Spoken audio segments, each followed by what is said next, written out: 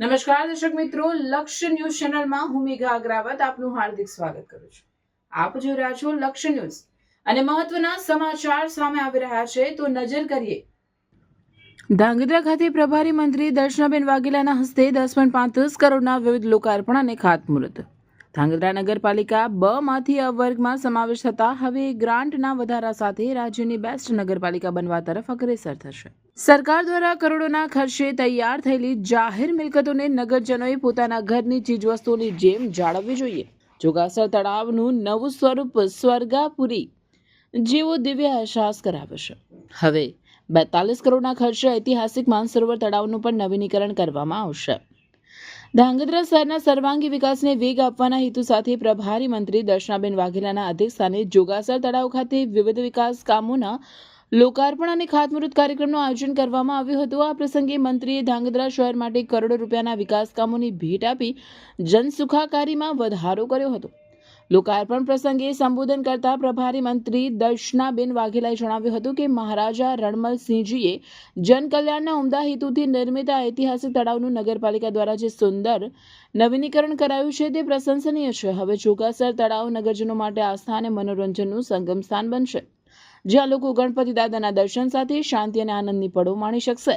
વધુમાં તેમણે કેનાલ પર નવો રોડ અને ગ્રીનરી સાથેના વોકવેના આયોજનની પણ મહત્વની વિગતો આપી હતી.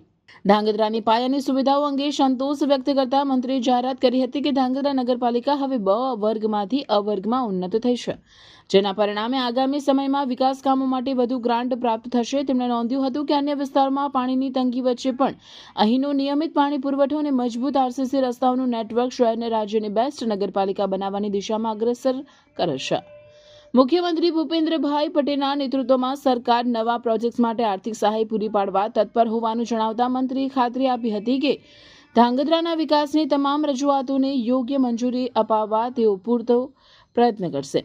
અંતમાં તેમણે નગરજનોને નૈતિક અપીલ કરતા કહ્યું કે કરોડોના ખર્ચે નિર્મિત જાહેર મિલકતોની જાળવણી કરવી એ સૌની ફરજ છે. ખાસ કરીને મહિલાઓ અને વરિષ્ઠ નાગરિકોને આ સુંદર વાતાવરણનો લાભ લઈ સ્વાસ્થ્ય સુધારવા તેમણે અનુરોધ કર્યો હતો.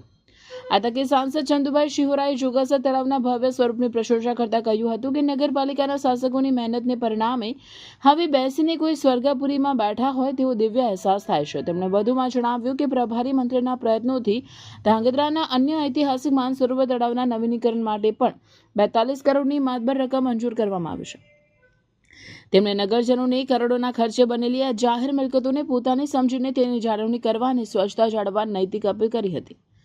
ધારાસભ્ય પ્રકાશભાઈ વરમોરાએ આગામી વિકાસ કાર્યોની વિગતો આપતા કહ્યું કે જોગાસર તળાવથી જડેશ્વર મંદિર સુધીના ખુલ્લા નાળાને બંધ કરી ત્યાં 2 કિલોમીટર લાંબો વોકવે અને વૃક્ષારોપણ સાથેનો સુંદર રસ્તો બનાવવાનું આયોજન છે.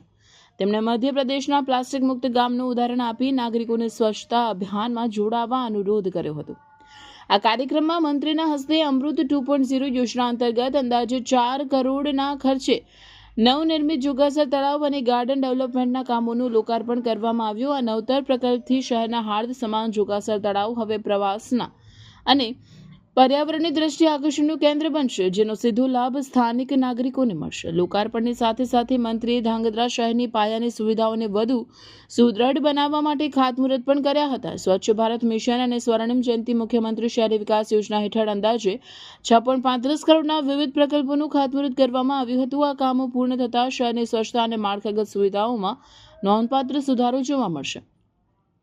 આ લોકાર્પણ ખાતમુહૂર્ત પ્રસંગે પૂર્વ કેબિનેટ મંત્રી આઈ.કે. જાડેજા દ્વારા પ્રાસંગિક ઉદ્બોધન કરતા કહ્યું હતું કે અંદાજે 200 વર્ષ જૂના ઐતિહાસિક તળાવનો જીર્ણોદ્ધાર શહેરની સુંદરતામાં મોરપીંછ સમાન છે. તેમણે પ્રાચીન સ્થાપત્ય અને વજીર જાડેજા વખતસિંહજીની કુશળતાનો ઉલ્લેખ કરી ભવ્ય વારસાની યાદ અપાવી હતી.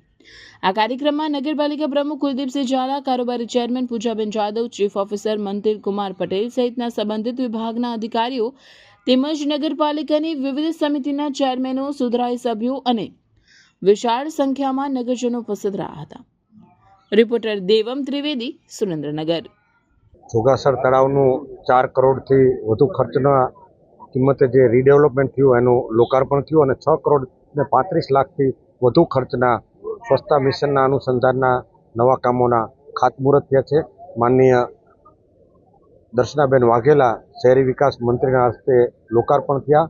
આખું ધાંગધ્રા નગરપાલિકા અને આખું ગામ આજે ઉમટ્યું હતું અને બહુ સારા વાતાવરણમાં માનનીય આઈ.કે. જાડેજા સાહેબ, ચંદુભાઈ સિયોરા સાહેબ, અમારા પ્રમુખ કુલદીપસિંહ અને સૌએ આ કાર્યક્રમને સારી રીતે સંપન્ન કર્યો છે.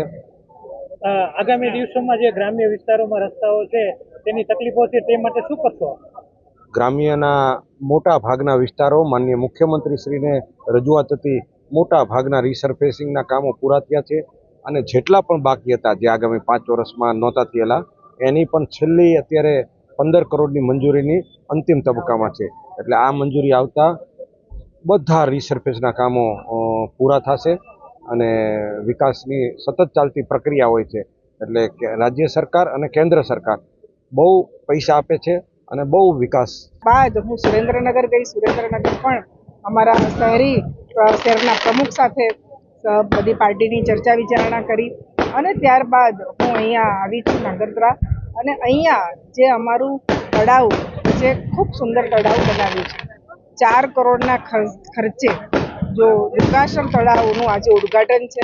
આ ઉદ્ઘાટનમાં મારી સાથે અમારા વડીલ આઈ.કે. જાડેજા સાહેબ છે, અમારા સાંસદ ચંદુભાઈ છે, મારી સાથે અમારા ધારાસભ્ય શ્રી પ્રકાશભાઈ છે, પ્રમુખ અહીંના અમારા કુલદીપભાઈ છે અને બધાના પ્રયત્નથી આજે સુંદર જે તળાવ છે એનું લોકાર્પણ અમે કર્યું છે.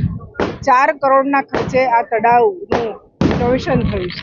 હું એ વાત જરૂર કહીશ કે આ નગરપાલિકા એ વર્ગની નગરપાલિકા હતી, અત્યારે વર્ગની બની છે. એના કારણે અમારા શહેરી વિકાસ ડિપાર્ટમેન્ટમાંથી પણ ખૂબ સારી ગ્રાન્ટ પણ મળે છે અને વિકાસના કામ માટે ગુજરાત સરકાર ક્યારે પણ કોઈ કામ માટે ના કહેતી નથી. અમારા મુખ્યમંત્રીશ્રી પણ કહે છે કે વિકાસનું કોઈ પણ કામ હોય તો આપ લઈને આવો. અમારા ધારાસભ્યશ્રી અને પ્રમુખ જ્યારે આ કામ લઈને આવ્યા હતા ત્યારે અમે સરકારમાં રજૂઆત કરી અને આની મંજૂરી અપાવડાવી.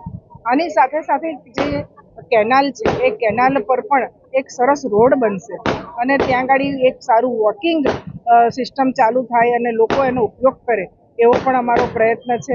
બીજું જે માનસર તળાવ છે એના પણ લગભગ 42 કરોડ રૂપિયા મંજૂર થઈ ગયા છે અને એના માટે પણ પ્રકાશભાઈ અને અમારા સૌ લોકો આવી અને મારા સાથે રજૂઆત કરી હતી અને એ પણ અમે કામ કર્યું છે.